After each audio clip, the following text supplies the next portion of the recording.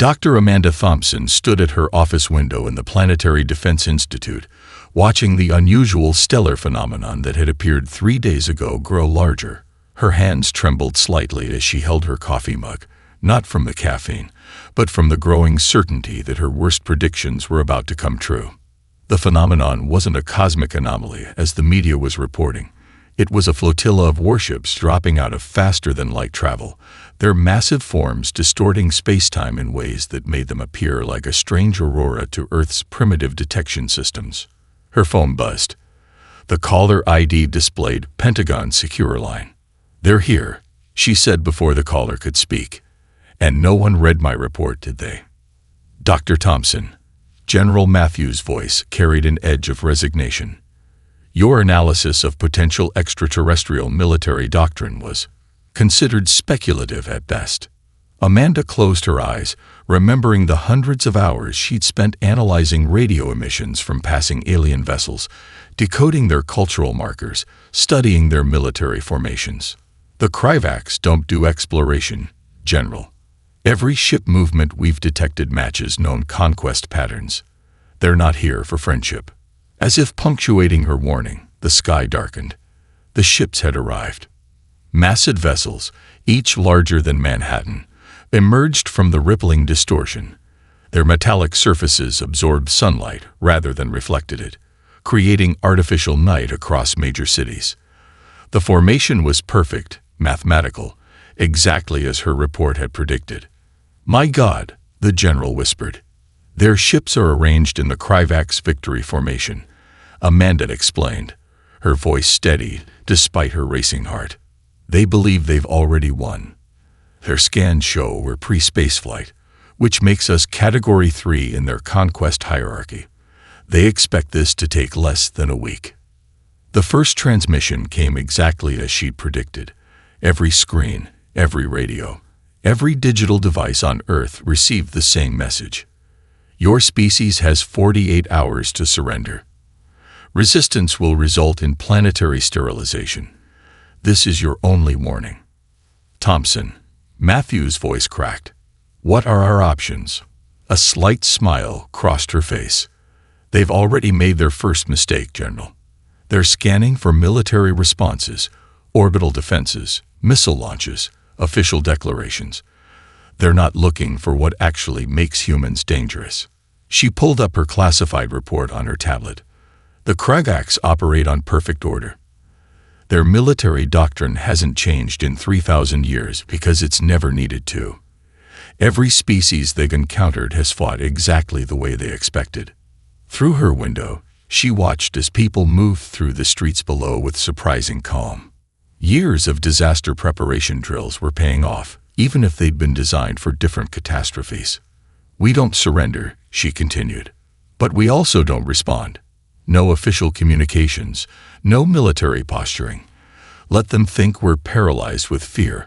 Meanwhile, we activate the shadow protocols. The civilian defense network. That's your suggestion." "The Kryvacs don't understand guerrilla warfare, General. Their sensors are looking for military bases, not subway tunnels. They're tracking government leaders, not community organizers. They expect an army, not a resistance."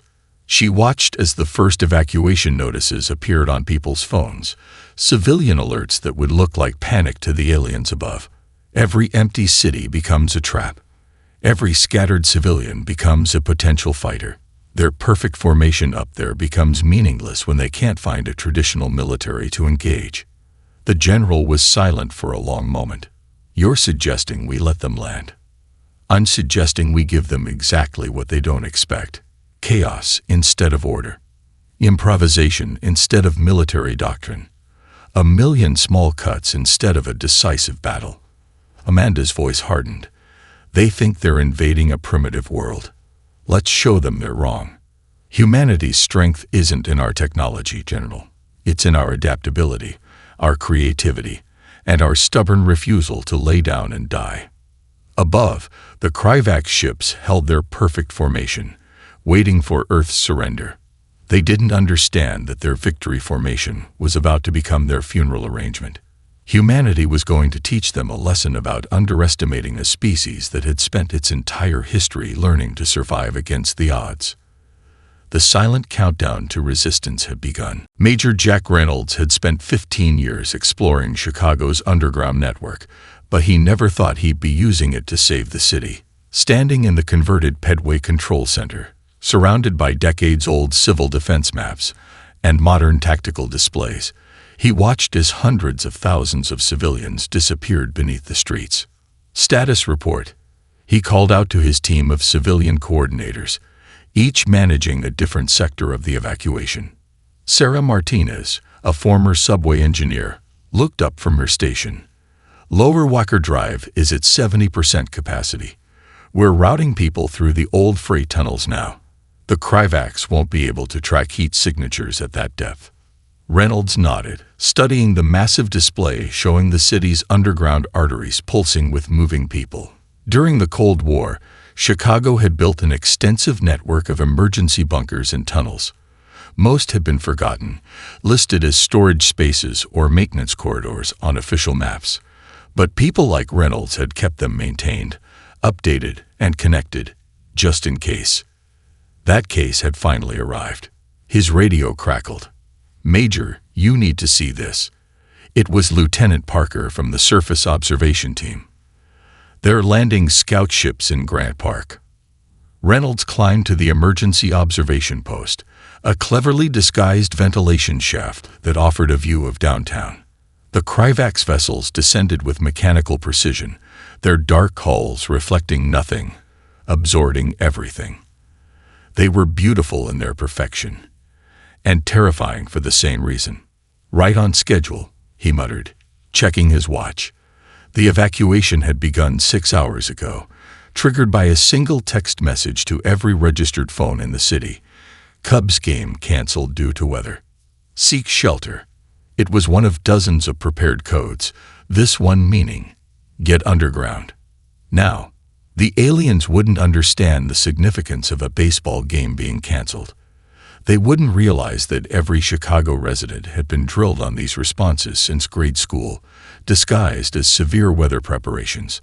The city's apparent abandonment would look like panic to their sensors.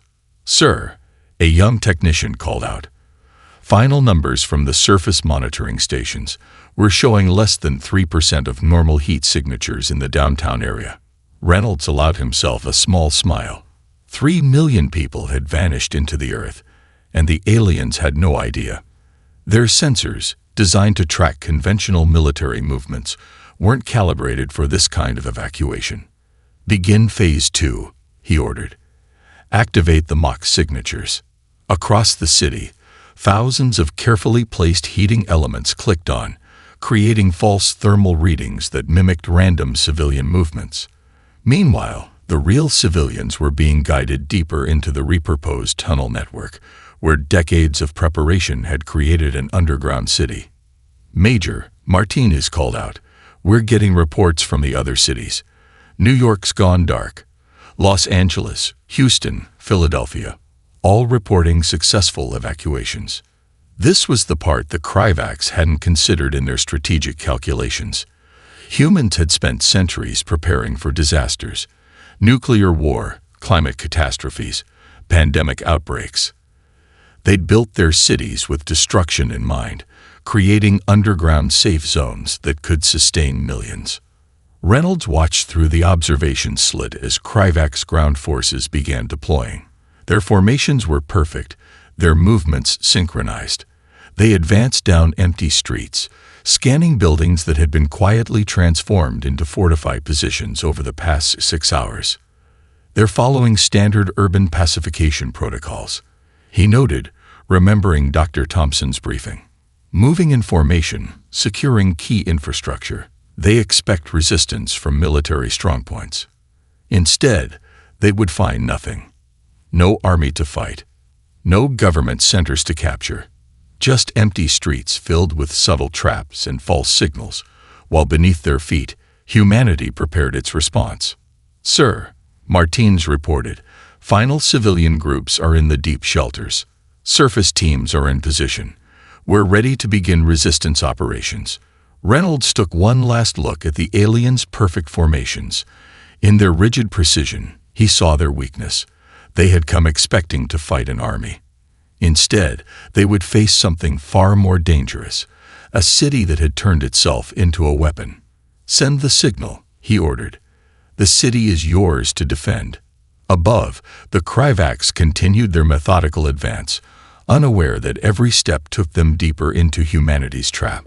Chicago had gone dark, but in that darkness, 3 million people were preparing to teach the aliens about human ingenuity. Katie Martins didn't think about her viral fame as she lay motionless in the partially collapsed skyscraper. The former Marine sniper focused instead on her breathing, keeping it steady as she watched the Kryvacs command walker stride down Michigan Avenue through her custom-modified scope. Targets moving exactly as predicted, she whispered into her mesh network communicator. "These things really don't know how to break formation, do they?" "Confirmed," came the response from Danny Chen, her spotter, hidden 3 blocks away. "They've passed the same intersection 6 times today. Perfect intervals. Perfect spacing."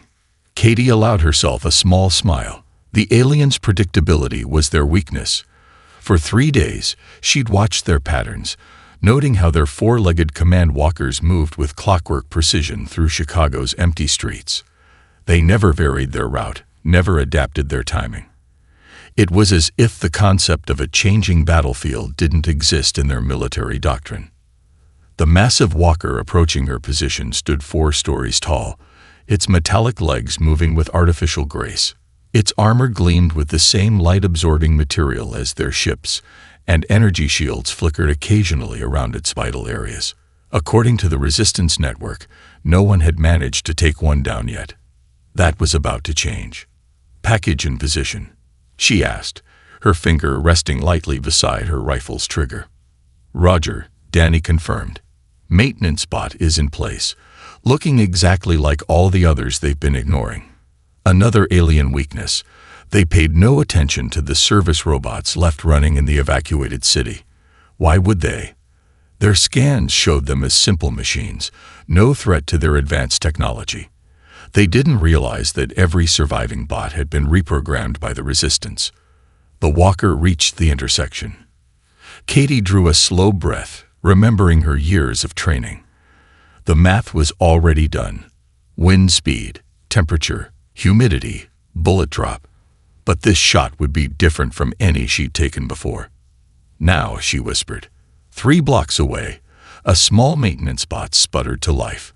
It rolled toward the walker's nearest leg, looking like it was simply following its programming to clean the street. The Kryvacs paid it no attention. The bot exploded. It wasn't a large explosion, just enough to momentarily disrupt the walker's energy shields. The aliens had planned for human military weapons, not improvised civilian devices. Their shields snapped back immediately, but Katie had her window. She squeezed the trigger. The crack of her rifle echoed off empty buildings. The bullet, a custom load developed by Resistance engineers, struck exactly where the shield disruption was strongest. Physics did the rest. Kinetic energy, focused on a point the size of a penny, transferred through the alien armor like it was tissue paper. The walker stumbled. Katie fired twice more in rapid succession, each shot striking precisely where the first had weakened the armor. Inside the walker's command center, chaos erupted. The aliens had no protocol for this type of attack. Their combat simulations had never considered the possibility of a primitive projectile weapon being used with such precision. The walker tried to turn, to bring its weapons to bear on her position. But its movements, once graceful, had become erratic. Smoke poured from the rupture in its armor. Internal systems, designed to resist energy weapons, had no defense against simple metal slugs tearing through delicate components. Recording everything, Danny reported, his camera drone capturing the action from multiple angles. Resistance Net is going crazy. No one's seen a walker go down before. The alien machine listed to one side, its perfect coordination shattered. Emergency protocols activated, but they were designed for conventional warfare. The walker's automated defense systems searched for energy weapons, for missiles, for anything except what was actually killing it. Katie's fourth shot was almost anticlimactic. The bullet passed through the damaged armor and found the walker's primary control cluster. With a sound like dying thunder, the massive machine collapsed onto Michigan Avenue. For a moment, silence reigned. Then, through her comm, Katie heard the resistance network explode with activity. Videos of the walker's death were already spreading, along with detailed analysis of exactly how she'd done it. "Package delivered," she said simply, already plotting her exit route. Time to disappear. As she packed her rifle, Katie allowed herself a moment of satisfaction. The Kryvacs had arrived expecting to find primitive savages. Instead, they were learning that every human was a potential threat, every piece of debris a possible weapon, and every empty building a potential ambush site.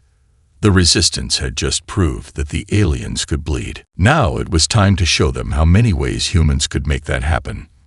Marcus Williams had turned the abandoned arcade into his personal command center, surrounded by salvaged monitors displaying scrolling code. The 17-year-old hacker sat cross-legged in his gaming chair, empty energy drink cans scattered around him like fallen soldiers. His fingers flew across 3 different keyboards as he probed the Kryvacs network for the 100th time. "Found something interesting," he said into his headset, connecting with the Resistance's cyber warfare division. "Their systems are perfect. Too perfect." Dr. Karen Hayes, his assigned NSA handler, responded immediately. "Define perfect." Marcus grinned as he pulled up another diagnostic window. "Everything's synchronized. Every ship, every walker, every drone. They all share the same base code. No variations, no patches, no individual updates. It's like they've never had to worry about cyber attacks before." The team's makeshift command center hummed with the sound of cooling fans. He'd chosen the arcade both for its backup generators and because the thick concrete walls helped mask his electronic signature. The Kryvacs wouldn't think to look for a cyber attack command center in what their scans showed as an obsolete entertainment facility. "They probably haven't," Karen replied. According to Dr. Thompson's research, the Kryvacs value uniformity. Their technology evolved without the constant cyber warfare we've had on Earth. They never needed to develop digital immunities. Marcus pulled up his custom visualization program, displaying the alien network as a 3-dimensional lattice of connected nodes. Their whole military runs on a single operating system. No fragmentation, no compatibility issues. It's beautiful, elegant, and... He cracked his knuckles dramatically. "Totally vulnerable." "What are you thinking?" Karen asked, recognizing the tone in his voice. "Remember the Morris worm? First major internet worm back in 1988. Marcus was already coding, his fingers practically blurring across the keyboard. Imagine that, but targeting their perfect synchronization. Every system running identical code means every system shares identical vulnerabilities. The teen's screens filled with cascading lines of hybrid code, part Earth programming languages, part reverse-engineered alien syntax. He'd spent days studying their communication protocols, learning how their systems talk to each other. Now it was time to make them scream. "Launching Operation Digital Phantom," he announced, hitting the enter key with a flourish. "Let's see how they handle a little chaos in their perfect system." The attack was elegant in its simplicity. Rather than trying to breach their advanced encryption, Marcus targeted their system's fundamental assumption of trust. Each Kryvacs device implicitly trusted data from other Kryvacs devices. They had no concept of spoofing, no defense against a program that could make their own systems lie to each other. "First target acquired," he reported, watching as his code infected a minor maintenance drone, moving through their network. Now, on his main screen, red dots began appearing in the lattice visualization.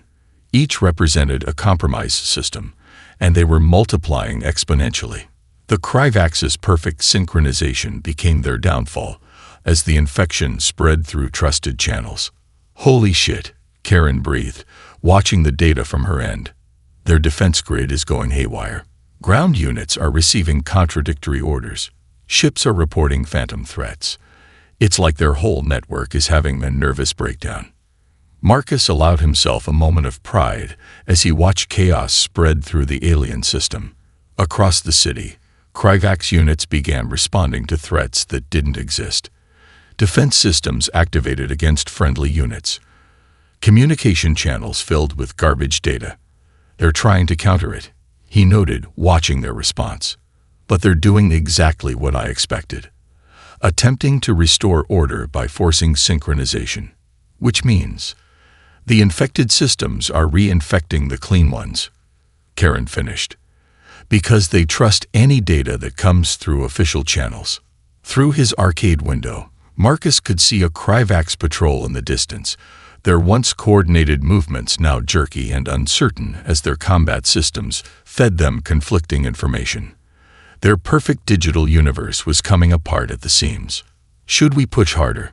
He asked, fingers hovering over the keyboard. No, Karen decided. Let them waste resources trying to fix this. Meanwhile, we prepare Phase 2. The more they try to restore their perfect order, the more vulnerable they become to our next attack. Marcus finished, already planning his next digital assault. They're about to learn why Earth's hackers are the best in the galaxy. We've been practicing on each other for decades. Above the city, the Kryvax fleet struggled to restore order to their networks, unaware that their pursuit of digital perfection had become their greatest weakness. In his repurposed arcade, a teenager with a keyboard was proving that sometimes the most devastating weapons weren't the ones you could see. Lisa Rodriguez wiped grease from her hands as she surveyed her transformed auto shop in Detroit. Where car lifts once stood, makeshift weapon fabrication stations hummed with activity. The air smelled of ozone and hot metal as her team of engineers turned everyday technology into weapons of resistance. Test number 47, she announced, recording into her laptop. Modified microwave magnetron versus Kryvax shield technology.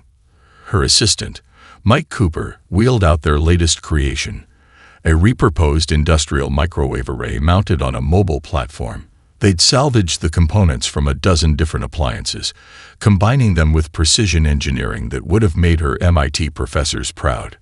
Power levels stable, Mike reported, checking the jury-rigged diagnostic panel. Though I still say this whole thing looks like something from a sci-fi movie. Lisa grinned. Sometimes the best ideas come from the craziest places. Remember what the captured Kryvax tech showed us. Their shields are tuned for high-energy weapons. They never considered we might attack them with modified kitchen appliances. The test chamber had been a paint booth last week. Now it housed a salvaged piece of Kryvax armor, protected by a miniature version of their shield technology. The Resistance had paid dearly in lives to capture even this small sample, but it had been worth it. Firing in 3, 2, 1. The makeshift weapon hummed to life. Invisible waves of concentrated microwave energy slammed into the alien shield. For a moment, nothing happened. Then the shield flickered, rippled, and collapsed. The armor beneath began to glow cherry red. Holy shit, Mike breathed. It worked. The frequency modulation actually worked. Lisa was already recording the results. Shield disruption achieved with common Earth technology. Total power requirement, less than a standard kitchen circuit. Reproducible with salvaged components. She grabbed her secure tablet, uploading the schematics to the Resistance network. Within hours, similar workshops across the country would be building their own versions, improving on her design, sharing their modifications back. Dr. Thompson was right. She mused watching the data transfer. The Kryvax's greatest weakness is their assumptions. They thought Earth's primitive technology meant we couldn't hurt them. They never considered we'd find ways to use that technology in ways they never imagined. The shop's early warning system buzzed. A Kryvax patrol was passing nearby. Lisa's team moved with practiced efficiency, shutting down equipment and activating their signal masking systems. To alien sensors, the shop would appear as nothing more than abandoned infrastructure. As they waited in silence, Lisa reviewed the incoming data from other workshops. A team in Phoenix had modified police sonic weapons to interfere with Kryvak's communications. Vancouver had turned traffic control systems into automated targeting networks. A group in Miami was doing something fascinating with repurposed weather radar arrays. "We're clear," Mike announced as the patrol passed. "Want to try Test 48?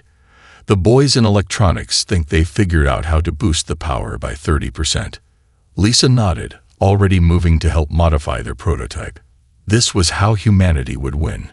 Not with overwhelming force, but with endless innovation. While the Kryvaks relied on their proven technology, humans were creating new weapons daily, sharing ideas globally, improving and adapting faster than the aliens could counter. Her secure comm buzzed with an incoming message from Resistance Command. Katie Martinez's successful Walker takedown had opened new possibilities. Could Lisa's team analyze the damaged armor samples, find new vulnerabilities? "Mike," she called out, "get the metallurgy team up here. And someone find me those microwave arrays from the old radar station. I've got an idea." The Kryvaks thought they were facing a primitive species limited by their technology. Instead, they were facing millions of engineers, hackers, and mechanics who saw their technological limitations as challenges to overcome.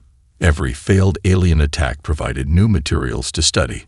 Every captured piece of technology revealed new vulnerabilities to exploit. In workshops, garages, and labs across Earth, humans were doing what they did best: adapting, improving, and turning their enemies' strengths into weaknesses. The Kryvaks had brought perfect technology to the fight. Humanity was showing them that imperfect innovation was far more dangerous. Colonel David Anderson watched the holographic map of Denver from his underground command center, formerly the city's traffic control hub. Red dots representing Kryvak's elite forces moved through the streets in perfect geometric patterns. Too perfect. "Status on the Ghost Network?" he asked, his voice rough from lack of sleep. Lieutenant Sarah Foster, their electronic warfare specialist, grinned at her array of screens. 3,000 decoy signatures active across the city. Marcus's viral code has their systems seeing human heat signatures everywhere. They can't tell which are real and which are our dummy signals. The Kryvak's First Legion had arrived 3 hours ago, their gleaming dropships descending through the morning fog. They'd come to break the resistance that had humiliated their regular forces. Instead, they'd walked into Operation Avalanche. "Team Echo, execute Phase 2. Anderson ordered into his command mic. Across Denver, hundreds of modified civilian drones lifted off from hidden launch sites. Each carried a minimal payload, just enough to register on Kryvak sensors as a potential threat. The alien forces responded exactly as predicted, their perfect formation shifting to track multiple targets. "They're splitting their forces," Foster reported, watching the enemy units divide into smaller groups. "Combat doctrine is forcing them to investigate each contact." Anderson nodded grimly. "Their need for complete information is their weakness. They can't ignore potential threats, can't accept uncertainty."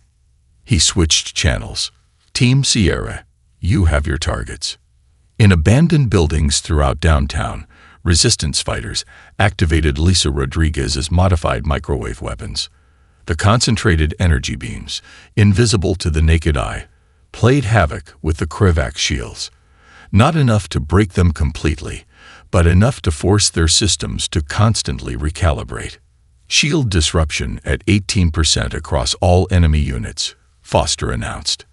"They're trying to adjust frequencies, but our modulation is randomized. They can't adapt fast enough."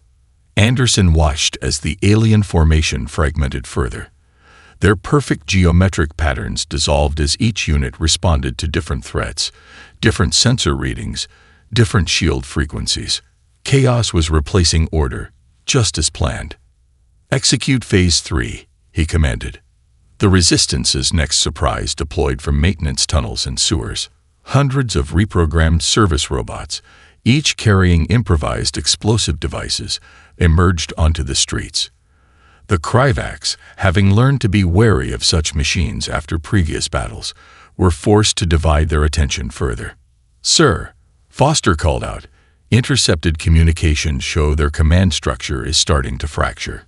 Different units are receiving contradicting tactical data. Through the command center's periscope system, Anderson watched a squad of Kryvax elites advance down 16th Street Mall. Their armor gleamed with the same perfection as always, but their movements had lost their synchronization. Each soldier was responding to different threat assessments, different sensor readings. "Launch the Martinez Special," he ordered. Across the city, dozens of modified sniper positions activated. Each had been carefully prepared using the lessons learned from Katie Martinez's famous Walker takedown. The shots came not in a volley, but in a carefully timed sequence, designed to maximize confusion and force the aliens to respond to threats from multiple directions. "Multiple enemy units disabled," Foster reported, her voice tight with excitement. "Their formation is completely broken. They're retreating." Anderson leaned forward, hardly daring to believe it. On the tactical display, the red dots representing Kryvax forces were indeed falling back, their perfect patterns shattered. The 1st Legion, pride of the alien military, was being driven from the field by an enemy they couldn't effectively target. "All teams, execute at will," he commanded. "Keep them off balance. Don't let them regroup." The battle devolved into exactly the kind of chaos humans excelled at. Every street became a different kind of trap. Every abandoned vehicle concealed a different surprise. The Kryvax, trained for organized warfare, found themselves fighting shadows and ghosts, never sure which threats were real and which were electronic phantoms. "Sir," Foster's voice was quiet with awe, "resistance networks are reporting similar successes across other cities. The 1st Legion is being broken everywhere they engage." Anderson allowed himself a small smile.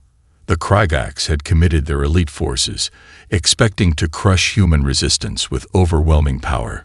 Instead, they were learning that humans had turned their entire civilization into a weapon. There was no front line to hold, no command center to capture, no single victory that would end the resistance. The Battle of Denver would be remembered not for its body count or territory gained, but for the day humanity proved that even the galaxy's most elite fighting force could be defeated by resourcefulness, adaptability, and the willingness to embrace chaos as a strategy. Dr. Rebecca Mitchell studied the captured Kryvax communication logs in her makeshift office beneath the Smithsonian. Surrounding her, a team of linguists, psychologists, and cultural analysts pored over intercepted alien transmissions. The room hummed with the sound of quantum computers processing behavioral patterns. "Look at this," she called out, highlighting a section of text. "Every report follows the exact same format. Not just similar, identical down to the syntax. Even under heavy fire, they never deviate from standard communication protocols." Professor James Henderson, her xenolinguistics expert, nodded. "Their language itself is built around order and hierarchy. Every word has exactly one meaning. No idioms, no metaphors, no room for interpretation." Rebecca smiled grimly. Perfect for maintaining order, terrible for adapting to chaos. She pulled up another display showing Kryvax brain scan data, acquired at terrible cost during the Battle of Denver. Their neural patterns are just as rigid. They literally can't process information that doesn't fit their established frameworks. "Operation Chaos Theory is ready," announced Lieutenant Emily Wright, their communications specialist. "We can inject our signals directly into their command network thanks to Marcus's backdoors." Rebecca took a deep breath. After weeks of analysis, they'd identified the Kryvax's critical psychological weakness, their species' pathological need for certainty. They couldn't handle contradictions or ambiguity. Their minds required order the way human bodies required oxygen. "Begin Phase 1, she ordered. "Start with the lower ranks." Across the globe, resistance broadcasters activated. The signals they transmitted weren't simple jamming or disinformation. They were carefully crafted psychological weapons designed to exploit the rigid structure of Kryvax thought patterns. On alien command screens, routine reports began showing impossible contradictions. Unit status indicators flickered between multiple states simultaneously. Orders arrived that used correct authentication codes but contained subtle logical paradoxes. Their frontline units are showing increased stress patterns, Emily reported, monitoring neural feedback data. Response times are slowing. We're seeing the first signs of cognitive disruption. Rebecca nodded. Escalate to Phase 2. Target their command structure. The attack intensified. Using deep learning algorithms, they generated perfect replicas of senior Kryvax officers giving contradictory orders. Each message was flawless in format and authentication, but the content was designed to create maximum psychological impact. Through surveillance feeds, they watched alien commanders struggle to process information that violated their fundamental understanding of reality. Squad leaders received simultaneous orders to advance and retreat, each marked with highest priority. Base commanders got reports showing the same units in multiple locations, all verified by trusted systems. Their entire command structure is showing signs of extreme stress, James reported. Their language is starting to break down. Look at these transmissions. They're actually creating new words, trying to describe situations their rigid vocabulary can't handle. Rebecca leaned forward, fascinated despite herself. They're experiencing linguistic evolution under pressure. Their perfect language is fracturing as they try to describe the chaos we're creating. The feeds showed increasing disorder in Kryvax ranks. Units stopped moving, paralyzed by contradictory orders. Command ships hung motionless in orbit as their crews struggled to resolve logical paradoxes embedded in their tactical data. Launch final phase, Rebecca commanded. Let's show them true chaos. The Resistance Network deployed their masterstroke, a cascading series of transmissions that violated every rule of Kryvax communication. Reports describing events that were simultaneously true and false. Orders that created recursive logic loops. Authentication codes that were valid and invalid in the same message. Massive neural pattern disruption across all monitored units, Emily announced, her voice tight with excitement. Their entire command structure is experiencing cognitive breakdown. They can't process what's happening. Through their feeds, they watch the mighty Kryvax military machine begin to crumble. Ships lost formation as their commanders struggled with contradictory realities. Ground units broke ranks, unable to trust their own sensors or commanders. We did it, James whispered. We broke their minds without firing a shot. Rebecca shook her head. No, we showed them something worse than defeat. We showed them uncertainty. Their perfect order, their rigid hierarchy, their precise language, we turned it all against them. The resistance channels were flooded with reports of Kryvax units surrendering or retreating. Unable to process the psychological assault, the aliens were choosing to flee rather than face the madness humans had introduced into their ordered universe. In her underground command center, Rebecca Mitchell watched the enemy collapse, knowing that humanity had discovered something more powerful than any weapon. The ability to turn an enemy's greatest strength into their ultimate weakness. Captain Michael O'Brien stood in the remains of Edwards Air Force Base's control tower, watching the Kryvax fleet through his augmented binoculars.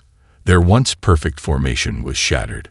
Ships drifting in seemingly random patterns as contradictory orders and system failures cascaded through their network. Final status report, he commanded, lowering the binoculars to study the holographic display showing global resistance activities. Lieutenant Jessica Ramirez, his communications officer, looked up from her jury-rigged console.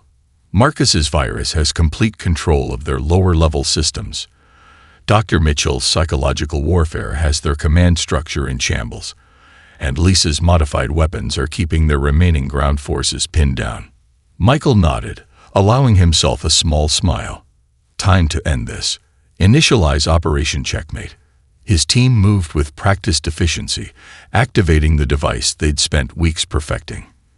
It looked almost comical, a combination of salvaged alien tech, modified Earth satellites, and what appeared to be parts from several gaming consoles. Broadcasting on all frequencies, Jessica announced, piggybacking on their own communication networks just like we planned. The message they sent wasn't a demand for surrender or a threat. It was something far more devastating to the Kravax worldview. Using their captured data and communication protocols, they began broadcasting everything. Every human victory, every successful adaptation, every instance of chaos trumping order. "They're receiving," Jessica reported. "Their ships are. They're actually stopping to watch." Through his binoculars, Michael observed the Kravax fleet freeze in space as the transmission reached them.